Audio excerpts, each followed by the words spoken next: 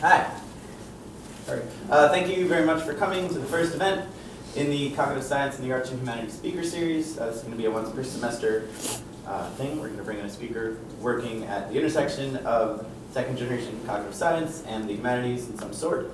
This is an effort put on by myself and another English doctoral student with support from the Center for Embodied Cognition, the Graduate Student Organization, the English Department, and the Graduate English Society, all of which have contributed in some manner to our being able to bring in today's speaker.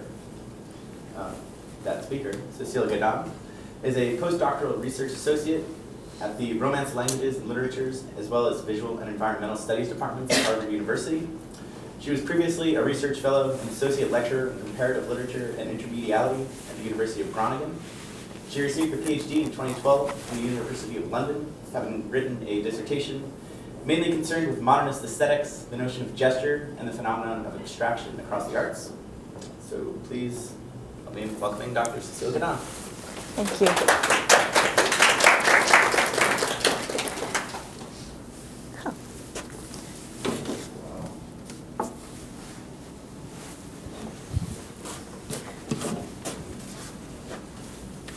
I think it went in standby mode, I guess. It was doing just fine before. Great. This is not the PowerPoint, however. Okay, let me just start this. Well, first of all, thank you very much for coming, and thank you, Dan and David, for offering me to present at this very nice speaker series at the Center for Embodied Cognition at Brook University. So it's an exciting opportunity for me to present my recently completed monograph, which attempts to make a contribution to the adjacent fields of art history, visual studies, and the history of science. And in particular, I pay close attention to the emergence of motion perception as an object of scholarly inquiry across these disciplines, charting an intellectual trajectory from the early stirrings of experimental psychology, and finally closing with the later work of Rudolf Arnheim, who pioneered the field of psychology of art in the mid-60s. In the first book-length project, I consider a very specific moment in time when the rise of abstraction in visual terms, the spread of impressions of motion across art forms, and the refining of a modernist aesthetics occurred at once at the cusp of the 20th century in Western artistic culture. My conceptual goal is to articulate the interconnectedness of its three historical occurrences, and I aim to put together a relational definition, thus triangulating modernism, abstraction, and motion. This research has had many starting points which have sedimented over the years. The first one is the sense of wonder I have experienced at a preverbal stage, mostly linked to an intuitive understanding of synesthetic crossings and sound-image movement interrelations. For instance, an angry fit between my parents translated into an abstract diagram of undulating lines. The storyline or a plot of a puppet show was mapped out as a series of motion with nuanced shades of affect. In this early understanding, abstraction was necessarily embodied, and empathy was first and foremost kinesthetic. For the preschooler that I was then, abstraction and empathy were obverse and reverse of the same coin in working in close-knit interaction. Some 20 years later, when encountering literature on the topic of 20th century abstraction, and most notably abstraction and empathy, or abstraction und Einfühlung, the famous doctoral dissertation by Willem Worringer from 1909, which has been for most of his past century the interpretive cornerstone for Kandinsky's forays into abstraction, I have found that these intuitions were going against the grain of a large bulk of scholarship. So this book has been written with an attention to the distortions and misreadings one can find throughout the many decades of debates clustering around the discontents of modernist abstraction. Today, I want to talk almost exclusively about staircases. As a spatial construct, a set of stairs offers fascinating paradoxes with stark abstract properties.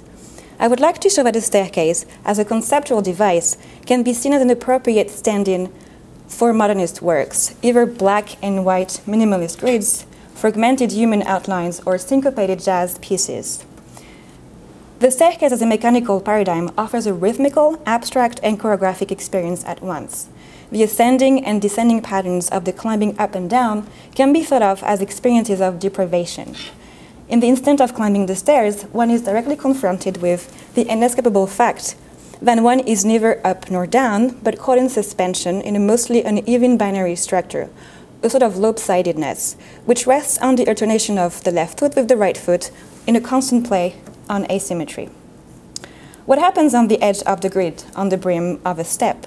This syncopation or break of form, no longer a harmonious, linear, and well-balanced artifact, opens up in some specific instances dynamic avenues for the spectator to follow and to project her kinesthetic empathy into.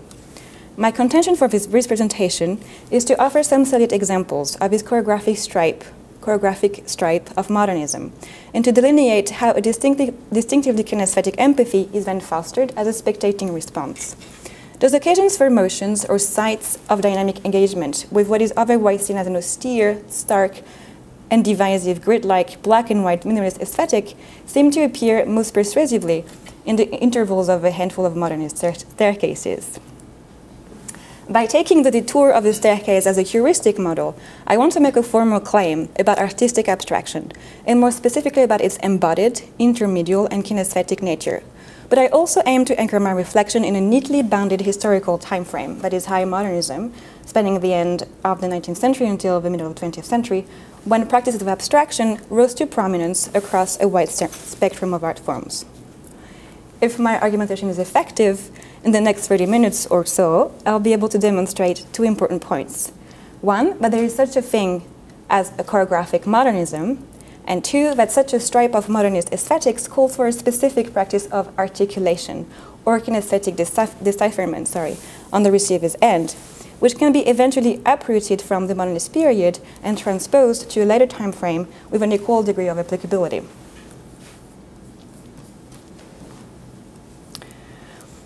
I'll take you through an exploratory study of modernist staircases with three supporting claims. The first one, that in modernist terms, the staircase does operate as an abstract machine. The second, that however, in some instances, it is triumphantly recuperated and turned into a kinesthetic playground. And then finally, that the modernist staircase reads as diagrammatic mapping and offers a method of decipherment or meaning-making for discontinuous, syncopated abstract pieces. So my first point, the staircase as an abstract machine.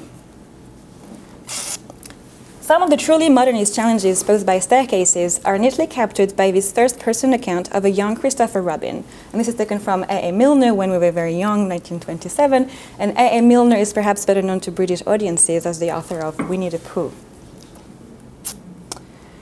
Halfway down the stairs is the stair where I sit. There isn't any other stair quite like it. I am not at the bottom, I am not at the top, so this is the stair where I always stop. Halfway up the stairs isn't up and it isn't down. It isn't really anywhere, it's somewhere else instead. So the first thing that I want to say is that we can see here kind of dislocation, and that's maybe one of the first feature for me about the abstract machine device. We see here the crushing binary dynamics of the stairs, which connects up and down in an apparent continuum and within one single spatial construct. The text plays with the either-or proposition. Halfway as a position is a concrete yet hardly thinkable place. It's both halfway down and halfway up. But then from the either-or dilemma, we then shift to the neither-nor conundrum.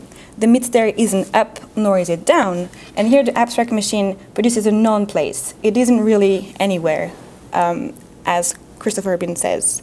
So this results into immobilization, impasse, sense of crisis, and embodiment is put to the test. Although Christopher Robin is sitting on a discrete step, it is somewhere else instead. So this is the illustration of the first edition by Ernest Howard Shepard from 1927. And what I want to say about this is that the crushing binary dynamics of the neither-nor results into helplessness, immobility, and inaction. Some of this fragmenting logic is yet again at work, I argue, with Marcel Duchamp's New Descending a Staircase, presented at the Armory Show in 1913. So this is a study of the human body fracturing into a multiplicity of cells, breaking out of its shape as it climbs down a generic set of stairs. So we had earlier a dislocation, as I was arguing, into a non-place with distressed Christopher Robin. And here we have dismemberment into a no-self. It's reduced to an accretion of spatial positions, an add-up of discrete moments. In both in short, both encounter desubjectivation. The subject dissolves as she becomes the object of antagonistic forces of divisive time and simultaneous space at play. Now I come to my second point, the circus as a kinesthetic playground. We find a 6-year-old Shirley Temple in a similar situation, and she suffers from staircase-induced acute metaphysical anxiety. In The Little Colonel from 1935, produced by 20th Century Fox, directed by David Butler, she meets her caretaker, Bill Robinson, at the feet of a majestic staircase. She's having none of it, and she won't climb it.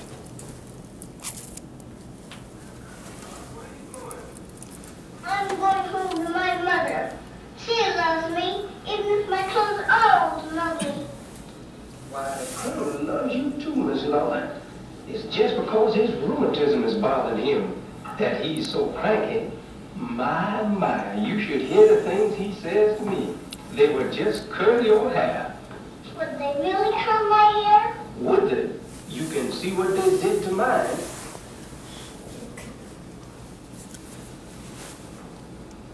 I don't want to go up there. Why, everybody's got to go upstairs, Miss Lloyd, if they wants to go to bed. I don't want to. Look here, will you go if I show you a brand new way how to go upstairs? How could there be a new way to go upstairs? Now you just watch. So they meet at the feet of this majestic staircase, and the dialogue follows.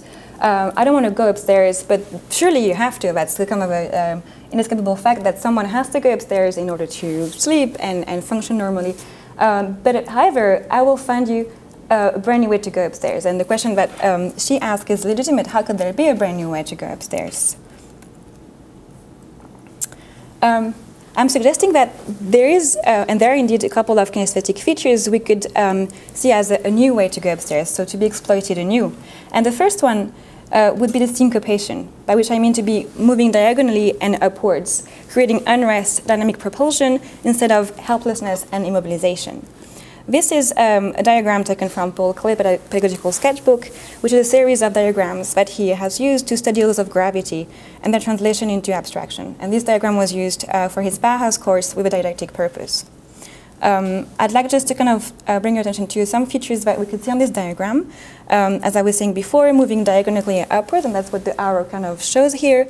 And it also means using in full the uneasy discrepancies in height, width, and thickness to generate momentum. So you can see that there's a kind of a crescendo of intensities in the height and width of each of its steps.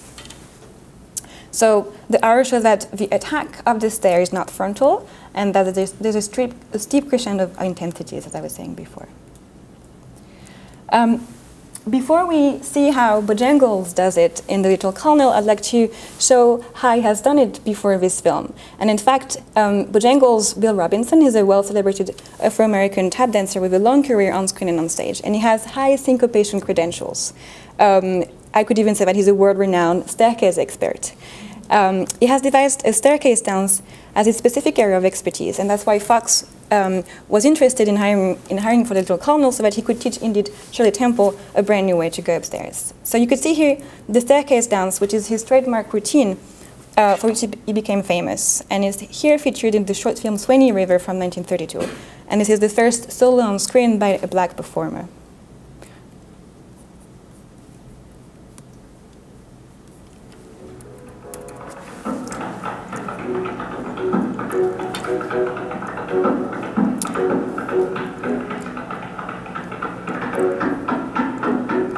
So the first part is the teasing, and that's something that he will do also in the coming numbers. So there's a teasing with the step, and that's one way of saying that there's a playfulness, maybe a kind of kinesthetic playground that we can see in operation.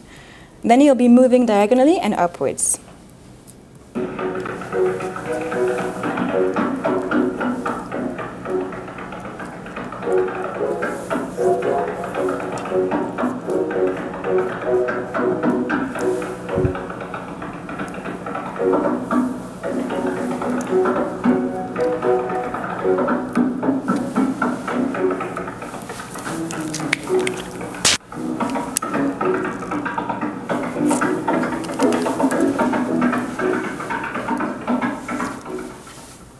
And then finally, you'll see that he's occupying the mid-step position.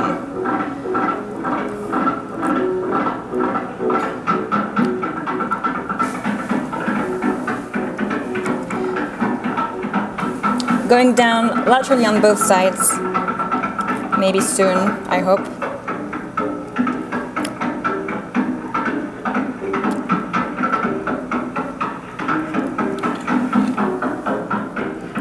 Right. So I think we get a sense of what he was doing before, 3 years before the Little Colonel. So let's just have a look of how this plays out. Where are you going? If I show you a brand new way how to go upstairs? How could there be a new way to go upstairs? Now you just watch. I went to the market to get some beef.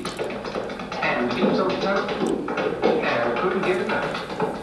I paid $5 for a great big hog, and the hog so fat, and I couldn't get back.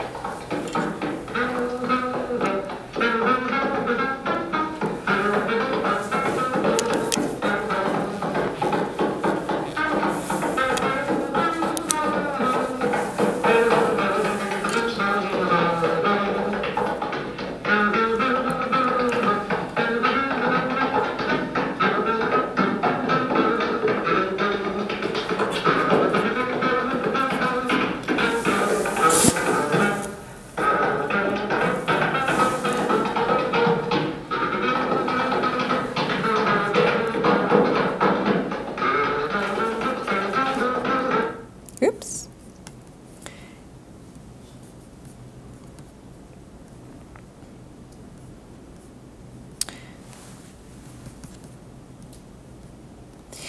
Right, so as I was saying before, there's a lot of teasing against the step, some preliminary upwards movement, and then the surprising decision to turn his back to the stairs and climb them as he shows his shoulders to them.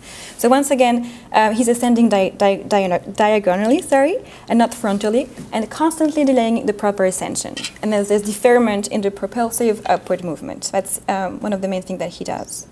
The second feature of the kinesthetic playground, for me, is the question of ubiquity. So as we will see in the remainder of the routine, Bojangles is in fact neither going up nor down, but occupying simultaneous positions at once, teasing the first step, taking 2 steps up and 3 steps down, occupying the mid-step, going consistently in both directions, thus undermining his progress. We'll see the clip very soon. And finally, I think I could say that it's a playful unclimbing that exploits the choreographic potential of the staircase to defeat the purpose of effectively or successfully going upstairs.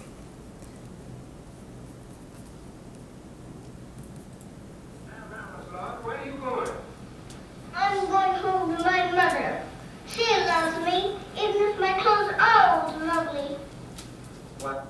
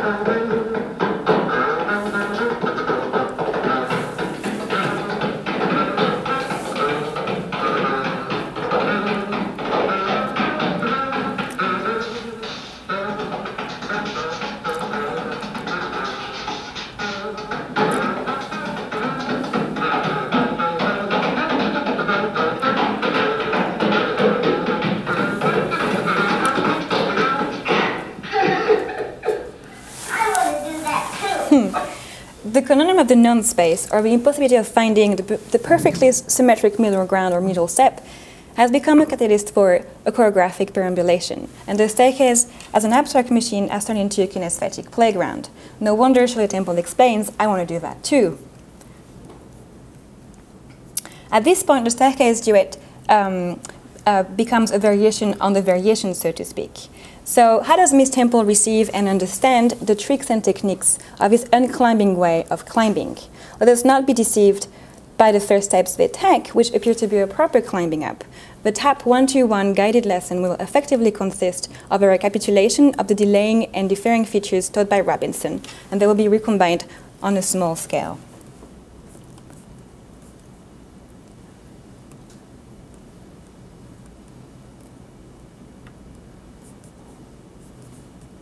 I want to do that too. All right. Are you ready? Yep. Come on. Say, you get down quick. Look at that. Here you go.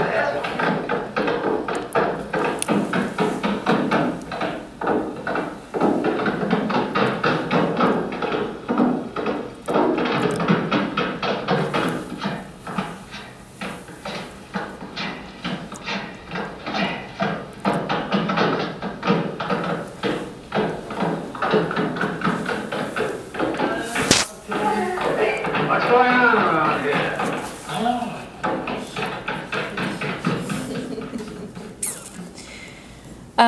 So with Temple and Robinson, we see the third feature of the syncopation that I would like to outline. We had syncopation before, we had ubiquity, and now we have poise. And my point is that they're achieving buoyancy and that equilibrium is being regained on that kinesthetic playground. And the very main thing that they have to kind of, for themselves as a kind of common binding element is that they have a specific form of bounce on the step. And that's one thing that I'm very happy to develop here or elsewhere. This very sense of poise or buoyancy is suggested in this sketch by Paul Klee once again. And I think that here we could see we have virtual staircases, unthinkable positions to occupy, and alternative trajectories. And I think that, in a sense, summarizes my ideas about the kinesthetic playgrounds with these very, very short examples. I'm coming to my very last point here, and it's a way for me to wrap up the ideas I've developed for this presentation. So far, I've used the staircase as a paradigm to explore some of the abstract, discontinuous, and disembodying features of just a few modernist works. And I've put forward the idea that the modernist staircase as an abstract machine could pose a direct threat for the subject. The spatio-temporal paradoxes of this domestic object are in fact perceptual challenges because of our lopsided nature. The asymmetrical aspect of human motion is exposed by the binary logic of the staircase that it represents, the either or, neither nor, both at once kind of logics. In some specific instances, which I'm keen to call choreographic, the gradient scales of the staircases are articulated by an agile, kinesthetically aware and playful subject who diverts the purpose of the staircase as a spatial construct, mediating between lower and upper positions so as to use it as a kinesthetic playground. I want to make a final point, which is a question of method this time, that can be uprooted from the historical context of my study. I would like to suggest that this kinesthetic agility on the edge of the grid or on the brim of a step is often prompted, triggered, or requested in the case of discontinuous works, such as Mallarmé's Throw of a Dice poem from 1997. The reader is required to make a constant use of articulation and kinesthetic empathy if she wants to make sense of the scattered prose on the page. In this case, jumping from a step to the next amounts to a form of diagrammatic mapping of the syntactic and semantic affordances of the layout, and it's a constantly precarious, risky, and uncertain endeavor. I'll show some instances of the Mallarméan staircase as a diagrammatic mapping, and then leave the floor open for questions. I don't know if you are aware of this poem by Mallarmé, or does that need kind of some context for some of you? So this is one of the first visual poetry texts that we can find. Mallarmé is a French writer from the very last end of the 19th century. Yes, 19th century, yes. And many people thought that when he suggested that kind of blank verse or typographic poetry, he was getting completely mad. And I think that's one thing that he also believed himself, that this was a form of true madness. So it hasn't been printed before 1914. It's very hard to find the kind of exact disposition that he had in mind for this. And one of the things that goes on with the Throw of the Dice poem is that you have the main title, which is Un coup de dé, the further dice, n'abolira jamais, will never abolish, le hasard, chance. This one single sentence is being scattered throughout 12 pages, and it's interrupted by other comments or other syntactic planes. So you have here rien. It's the second thread of the main syntactic sentence. And you have this kind of idea that you will see on a series of A12 paper, the phrase sentence deploys itself with contradictions and impediments. Yes. So in the case of Mallarmé's visual experimentation with poetry, I want to suggest that a similar fluid mapping takes place. You can see various plateaus being put on hold, the diagonal disposition, downwards movement from this to here, in fact proves problematic for a linear top-down reading. The topographic blanks, together with the cluster of words, call both for a syntactic and semantic articulation, and definitely calling for gestalt groupings. So you have to decide whether you want to read this. In that sense, you will see some kind of contradictions, or in that sense, and some of these groups do not make sense together, so you have to remember that this perhaps will make sense with a previous group that you don't see right here, but it was on the previous page. And so that's why those blanks need a mapping of a kinesthetically mobile reader from step to step, connecting them precariously. Here, you have a tangential syntactical grouping that is broken down and spread out in three now loosely connected stages. It is syncopated because the segment hovers in the air without proper resolution. Here, the layout plays on font sizes, thus showing differences in width, once again, breadth, and intensities, and offering a form of visual syncopation. You definitely get the sense that you have two voices alternating here, the kind of lower, the upper cases and the lower cases, but it's not clear at all how these kind of two voices mingle and make sense together. And then finally, the final mimic of the dice throw, falling down from step to step. So you have the journey here, veillant, doutant, roulant. It's not quite an action, it's just like a series of unresolved steps that the dice takes. And I'm saying that this is a staircase, in fact, that's being mimicked here. Brillant et méditant, so you see the rolling and the dice not kind of falling into one place before halting to some last position that makes its bearings sacred. And then this is the final conclusion of the poem. Every thought utters a dice throw. So chance being kind of seen as the kind of main composition paradigm for Mallarmé. And therefore, I was saying that you could see the dice throw falling from one step to the next, from platform to platform, and finally reaching a standstill or a halting position. In that case, the reading or meaning-making activity is kinesthetic because it implies the dot-joining work of connecting the various scattered syntactic threads into a temporary, soon-vanishing, coherent whole. This dot joining materializes in the poem as a constellation.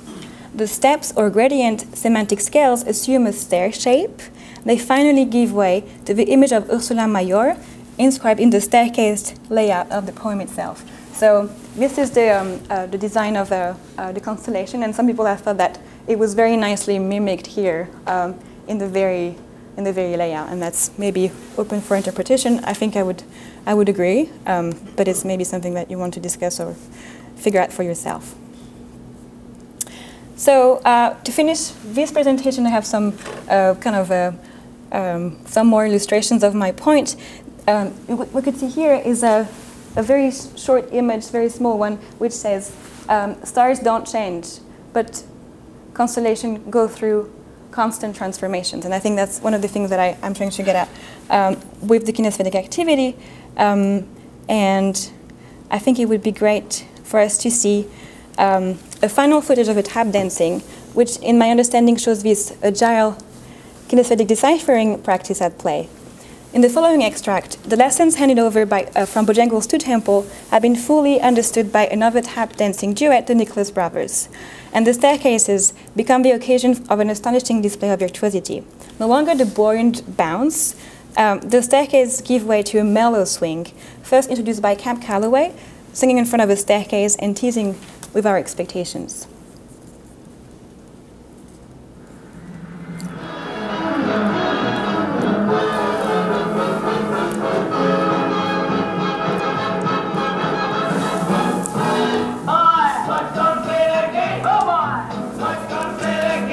Power march, shadow march, 20 short. Let me make this jam once more, boy. Sail down to the gate, oh boy. I'll get you in those cats all. Come on, boys, let's have a ball. The jip, jip, jumping, jive makes you lift your jive on the mellow side. Give it. Jip, jip, jumping the solid jive makes you 9 foot tall, but you're 4'5".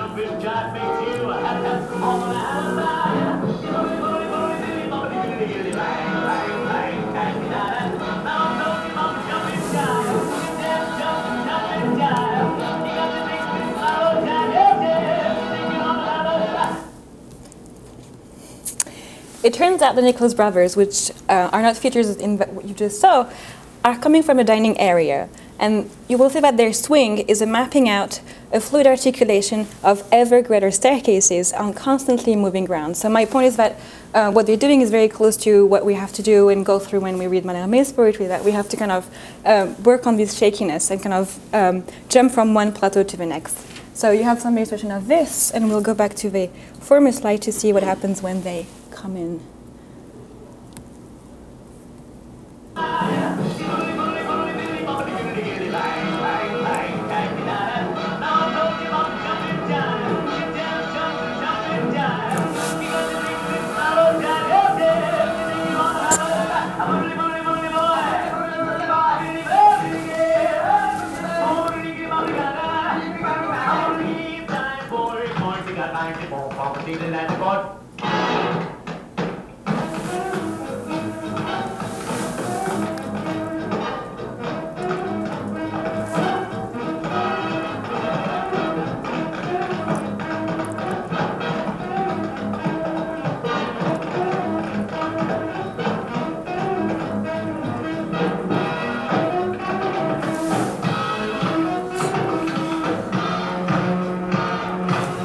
Combination and intersection between them two.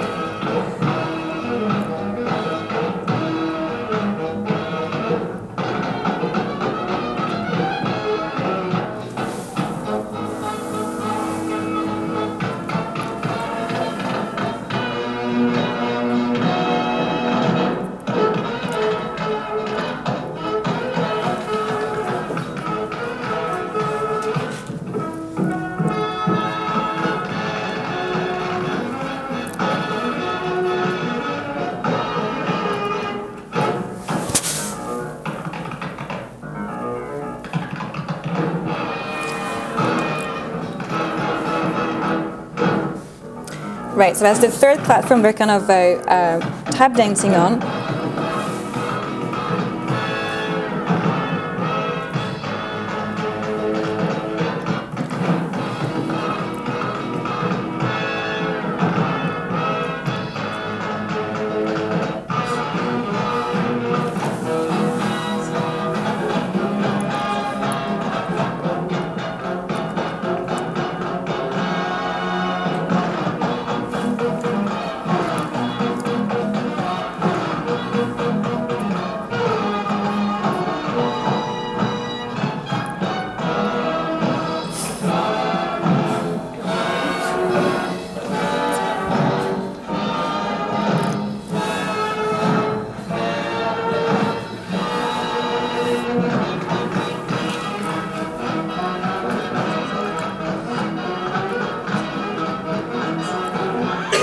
And then a final ascension.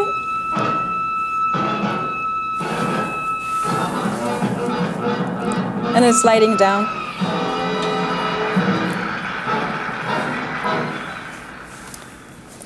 All right, well, I look forward to your questions. Thank you very much for your attention.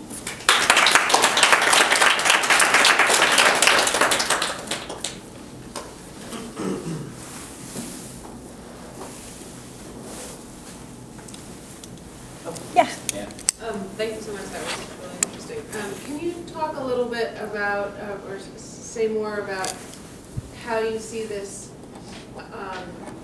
contributing to sort of art history or understandings of modernism? Like, what's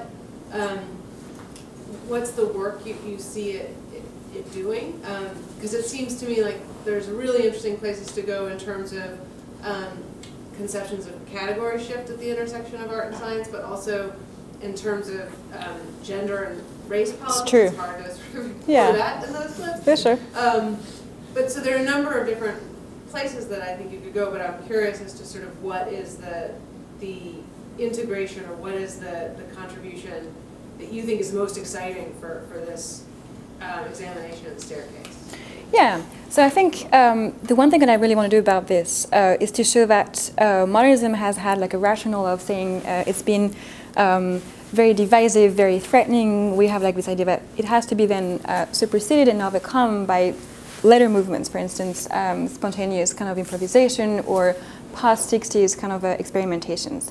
What I want to say is that there are such things before that period which show such a kind of a very similar idea that it's not so much abstraction as a kind of a crushing binary kind of dynamics, but something that can be used in a kind of a exciting and embodied way. So I think the main line is to say abstraction, of course, is a kind of disembodying thing to experience. And therefore, one has to say that perhaps modernism is one of these times in which you have like this most alienating practice of aesthetics, which kind of shows us as in conflict with ourselves and torn into kind of a simultaneous space or a devising time, as I was saying before. I'm saying that there are instances in which this is playfully subverted, and I am showing some instances, and I think that's maybe a very limited ambition, but at the same time, if you could see that those are fully modernist and kind of running the right range of popular culture but also high art, and that those ideas of being kinesthetically agile was present then, it also undermines the idea that modernism is a period that we have to kind of forget about and definitely leave as a kind of problematic heritage. So the one contribution that I'm making is to say that modernism is certainly something that has much more to offer in terms of choreographic experiences that maybe was thought of before. Now, when it comes to race and gender, I think it's a very exciting thing, and I definitely talk about this in the manuscript. I have a formalist approach, and therefore, for now, I think it was like a kind of another issue that I haven't kind of dived in, but it's very telling that this is the first time an Afro-American performer was shown on screen with a Caucasian white little person, and there's a gender gap, there's a race gap, and there's also the age gap. So I think the fact that he's handing over his knowledge to her is a very kind of crucial moment. So I think, I think it's a central film which has been completely overlooked by very many critics. Right, and they're also climbing a staircase. I mean, the sort of hierarchy Yes. and metaphoric elevation of status. I mean, all of that is what so let me just. It sounds like what you're saying is that there's that the abstraction actually the sort of there's the embodied reaction afforded by the abstraction completes the experience of abstract modernist art. That it's sort of the way it choreographs us to play in its spaces. Is that sort of where you're? Yeah, I'm saying that I think that's very true what you're saying. I think I'm saying many things. One of them is that the composing of certain pieces, and I wouldn't say this for all modernism. I think there are many cases in which there's no playing around the grid. For instance, Mondrian would be like a very hard case. Kandinsky allows for such kind of a hypothesis, but my case studies are very limited. So it's a kind of an avenue that's kind of experimenting the other things. But I'm saying that the gesture of composition in certain way arrests or fixates motion as a kind of potential that has to be unleashed by a subjectivity that then encounters it and makes it like a real experience. So it's all a question of kind of a putting a score or finding ways to kind of capture or encapsulate motion and then have it kind of unfolded by a subjectivity. So, yes. Yeah? So thank you again. It was very interesting. guess the question I want to ask, I noticed on the flyer for the talk there was mention made of architecture, sort of the extension of architecture. Yeah. And then you sort of announced the catalog of modern staircases, which is Yeah. a great sort of catalog. But I did notice that there aren't any like sort of literal architectural examples of modern staircases. The closest, I guess, is Klee's textbook for the Bauhaus, right? And so I was just sort of thinking, well, what would, if I was challenged to come up with, the modern staircases, and I guess I had a little bit of difficulty. And the two examples I came up with were the Guggenheim Museum, Yeah, here for in sure. New York, and the Villa Savoye, the For sure. Corbusier. Yeah. And those are both ramps, They right? are. Very deliberately not staircases. And I think that for Corbusier, the staircase was like, especially the staircase shown in the little kernel film, right, was very, very non-modern. Yeah, bourgeois, To domestic, overcome yeah. with the ramp, right? And I wonder if that would be an interesting sort of line to take. Because the other example I was thinking of was the Charlie Chaplin Modern Life film, and then there's the elevator. Right? True. So in all three examples, there's the sort of like modernism as overcoming the technology of the staircase. I mean, I guess there's not really a question there, but I wonder if that would be an interesting. Yeah, so that's for sure. I mean, one of the things that I'm also saying is that maybe in some cases we have a choice to react to this kind of set of constraints, which are, staircases, and sometimes there are affordances for us to kind of play around them. And I think Le Corbusier and Frank Lloyd Wright were very much aware that they could provide a kind of an exciting experience for their passers-by or pedestrians. Yes, and it's a way of animating from within the drawing itself and like the kind of the walking experience. I think, yeah, those are very interesting references. I agree with you. I think there's a kind of a accentuation of the sliding down the virtuosity as the century progresses, for instance. So I think, I think it's a very nice reference that you're bringing here, for sure. I think Corbusier also has a phrase, it's escaping me at the moment, that he uses for the villa, where he talks about the sort of architectural promenade or something. Yeah, it's yeah. very choreographic description. Absolutely. Really make me interested. Absolutely. So, I mean, definitely, those were kind of case studies for me in previous stages.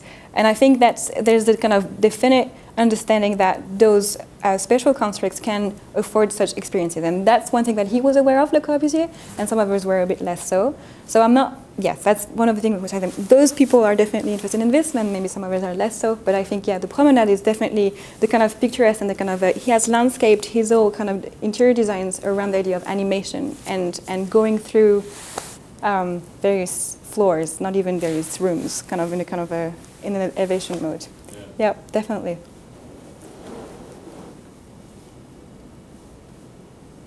Yeah? I also thank you very much. Sure. I enjoyed your talk a lot. I was also wondering, because you were talking about your interest in high modernism, Yeah. and your examples here from tap dance, I Yeah. was wondering, like, the high modern American dance, which would usually probably not be tap dance so much, but more, Martha Grant or Humphrey, also Lee Bone, people like that, whether you have looked at their choreographies and have like similar examples, or see how the staircase is used in there. No, it's a very interesting example. Yeah, I mean, it was perhaps a question that was at the outset of this project. Well, so I was looking into abstraction, motion, and modernism. And if you think about dance as such, the first thing that I've done before this was a study of Oscar Schlemmer. And the reason why abstraction was like an interesting question for me was that how do you talk about abstraction when you have like concrete bodies? So like there's a very big paradox here. The reason why Schlemmer was an apt case for abstraction in dance was because for the triadic ballet, he had, I don't know if you know this, kind of encasing costumes, and thereby the movement was impeded very much. So it was more a question of putting sculptures on stage rather than seeing performers. And therefore the abstraction there was that you couldn't see the source of motion. You could see things moving, you could see strange, funny outlines, because those kind of characters or performers are kind of shown after their shape. So there's a triangular one, there's abstract, that's one character. So the kind of anthropomorphic outline is being distorted very much. So my idea for this was to say that abstraction was a movement away from the human body, for sure, because those outlines were different and they're swollen or distorted, so those are strange characters to look at, but also because it was more a question of sculpture or almost immobile ballet, and the question was then how then to occupy the space, how to make this work, and why would this be a choreography? So I think the idea of staircase in modern American dance, I have to admit that I haven't come across any interesting example, and I would like to know if you have any. But I think also I would be very much in trouble to think about abstraction in that respect. And maybe someone can help me here, but I think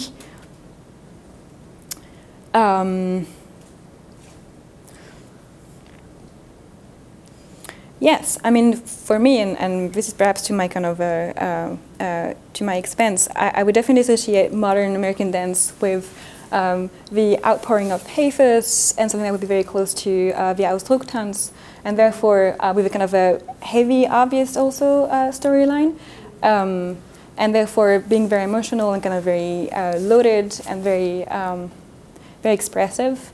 And therefore, the abstract dimension wouldn't be quite as important as I would like it to be, and therefore, I haven't made the connection. Now, yeah. But I understand that it's a very kind of it's a gap that I'm happy to take between high modernism. So I kind of, in the book, I collide examples from high modernist canonical works and those pieces of popular culture, and I try to weave them together.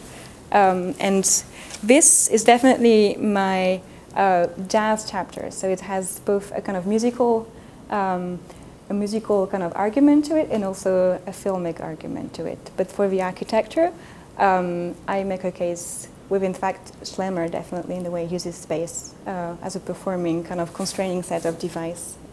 Yeah.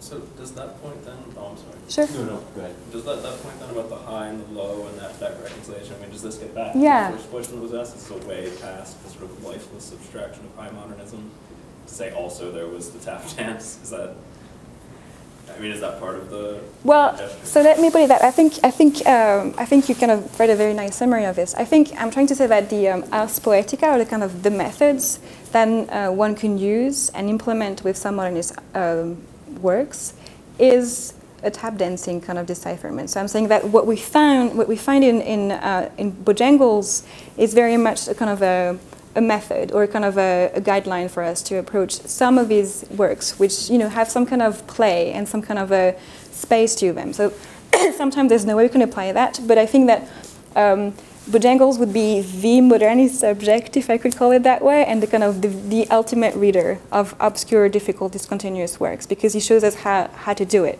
So Mallarmé, in a way, kind of asks us to do exactly what the Nicholas brothers are doing, but it's jumping from one place to the next, and be extremely fluid, flexible, agile, and precarious, but happily so. So that's definitely kind of an empowering rationale to it.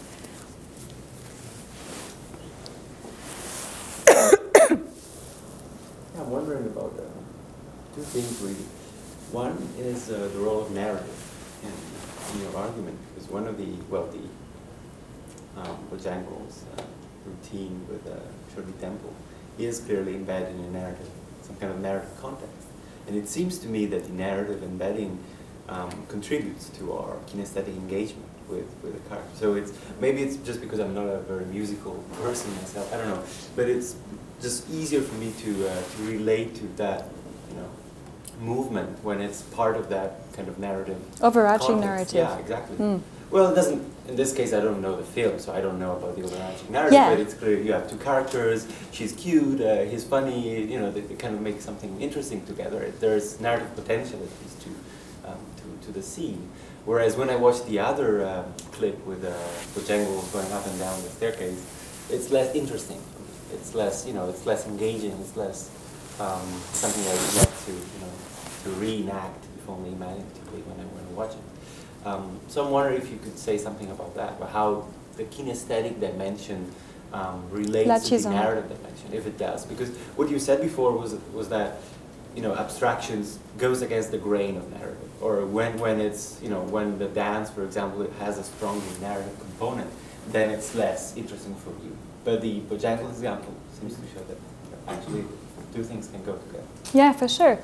I agree. I think also one of the ways to say that abstraction can be made mobile, engaging, and kind of can also require from us a kind of engagement in very kind of embodied terms, and not so much like a cerebral understanding or kind of a breaking down of what we have in front of us, but rather enjoying it and kind of being kinesthetic about it, is definitely to see how these kind of various shapes and forces interact with one another. So you don't have to know the name of Bojangles, you don't have to know exactly what kind of function this very piece has in the whole kind of film. You just know that there's this older person who's teaching to a smaller person some very kind of interesting way to kind of go from one step to the other. And I think that's a kind of very minimal, very kind of dry narrative you could kind of definitely see. And it definitely helps, and I think you're right about this, it definitely makes it like a much more engaging moment.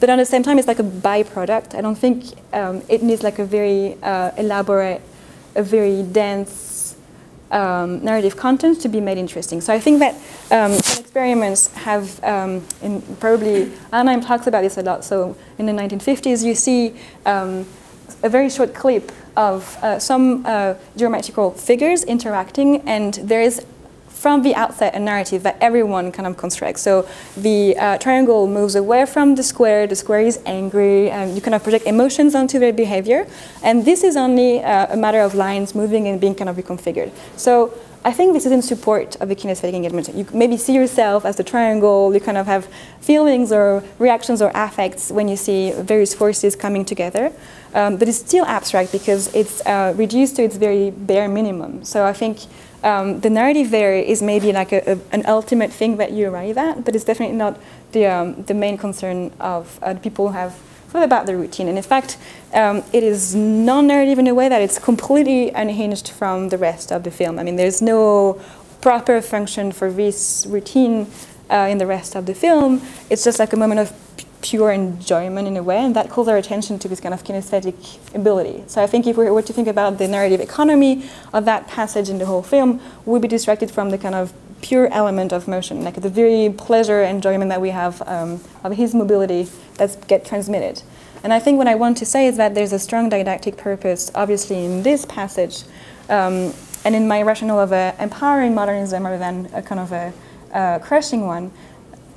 I get to say that the same didactic purpose is clearly seen in many, many instances. That is, you are then placed in the position of reenacting the motion that someone has done for you, and therefore the very question is how then, as a spectator, you reenact those patterns of motion, which seem to be very completely like reserved for like virtuosos, for instance, but it's very much a call for your own potential as tap dancers. So there is virtuosity for sure, but then someone kind of charts the way for you to follow in their steps and then reinterpret in your own kind of fashion those kind of patterns of tap dancing. So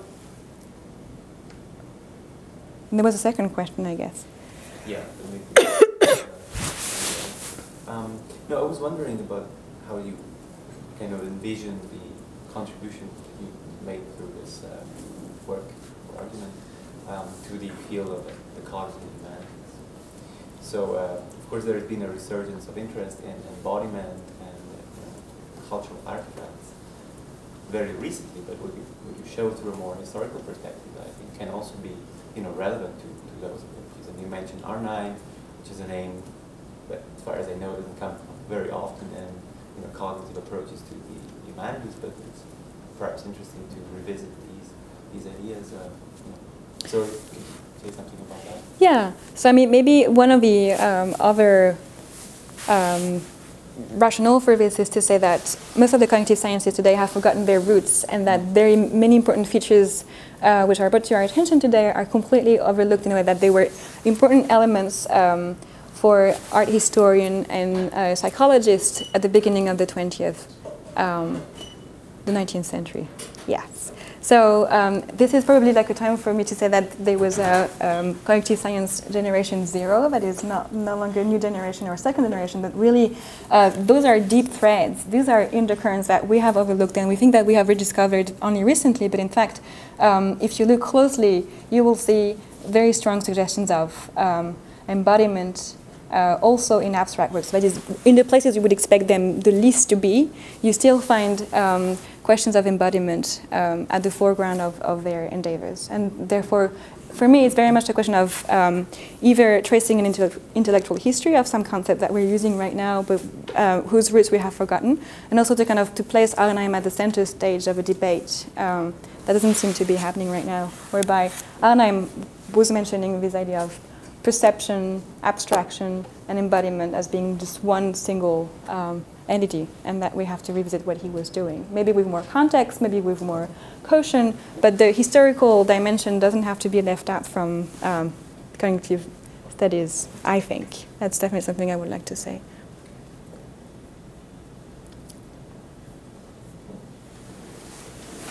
All right. Thank you very much for coming.